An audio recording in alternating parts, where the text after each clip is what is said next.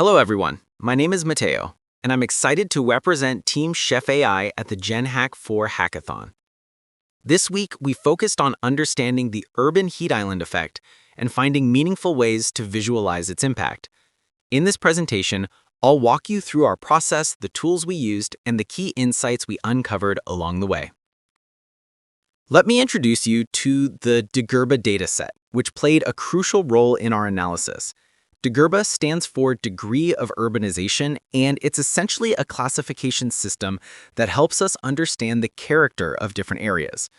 The system establishes three mutually exclusive classes: cities, which are densely populated areas; towns and suburbs, representing intermediate density areas; and rural areas, which are thinly populated.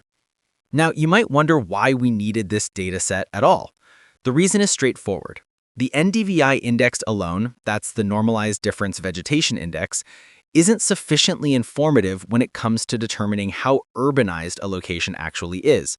NDVI is excellent for measuring vegetation, but urbanization is about more than just the absence of greenery. By incorporating the DEGURBA dataset into our study, we were able to achieve a much more accurate identification of urban areas.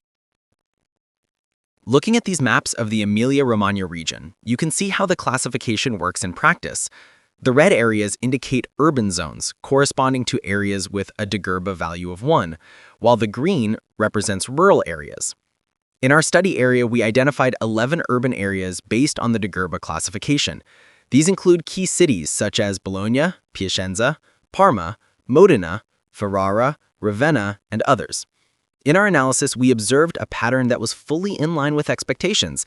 Areas identified as urban under the DEGURBA classification consistently showed higher surface temperatures and noticeably lower NDVI values when compared to rural zones.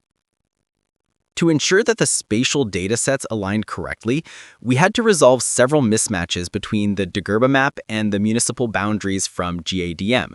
We started by standardizing all municipality names, making them case-insensitive, and cleaning up extra characters or spaces. After that, for the 34 municipalities that still didn't match, mostly small local fractions, we classified them manually, since many of these were simply outdated or missing from the initial tables. Finally, we converted the DEGURBA map into a raster format so it would match the resolution and grid of our reference datasets. Following established approaches in urban heat island research, we define UHIDI as the difference between the maximum temperature of each pixel and the rural baseline temperature for that same day. This rural baseline is computed only from rural pixels, specifically DEGURBA Type 3 areas that also have an NDVI above 0.5. This filter ensures we're using vegetated, naturally cooled surfaces, avoiding bare soil or rocky areas that can artificially inflate temperatures. To calculate UHIDI, we first identify all the rural pixels that meet these criteria. We then compute the average daily maximum temperature across those pixels to establish the rural baseline. Once that baseline is set, we compare it to the maximum temperature of every pixel in the study area. The difference between the two yields the UHIDI value, giving us a high-resolution picture of how much hotter each location is compared to its natural rural reference. For this part of the analysis, we focused on estimating the index across the region. We first defined a reliable rural reference temperature using a dedicated rural mask, which gave us a mean rural temperature of about 26.92 degrees Celsius. UHIDI itself was calculated at NDVI resolution, which is the finest spatial detail available. When we look at the results, the index behaves as expected. Values always start at 0 and rise where urban surfaces increase heat retention. Across the region, UHIDI ranged from 0 up to 4.72 degrees, with an average of 0.74 degrees. The relatively high standard deviation, 0.98 degrees, shows that there is considerable variation in how strongly different urban areas heat up compared to the surrounding rural landscape. Overall, these patterns give us a clear spatial understanding of how urbanization impacts surface temperatures across the region. While UHIDI focuses solely on temperature differences, we took a step further by developing the Urban Heat Island Composite Index.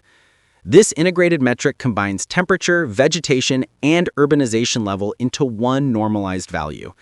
It allows us to evaluate UHI-FX more holistically, capturing both environmental and anthropogenic drivers. UHICI uses min-max normalization to bring variables onto a comparable scale. We assigned the highest weight to NDVI, reflecting its strong influence on cooling and heat mitigation, as supported by literature. Urban morphology and maximum temperature were also included, but with different weights, enabling a multidimensional understanding of heat dynamics.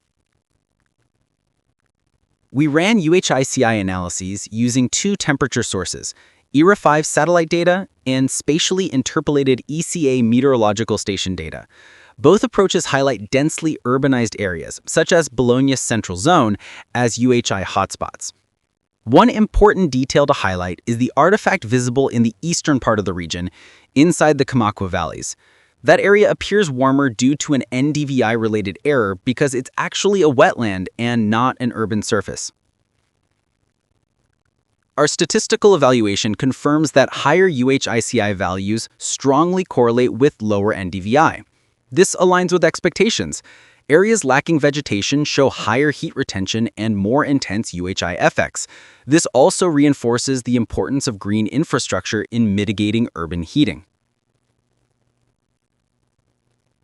To validate our findings, we examined the relationship between maximum daily temperature, Tx, and NDVI across the region.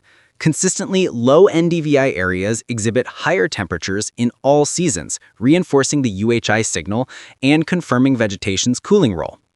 In Bologna, we observe clear seasonal patterns. During winter, low NDVI corresponds to lower Tx, indicating heat utility from urban surfaces.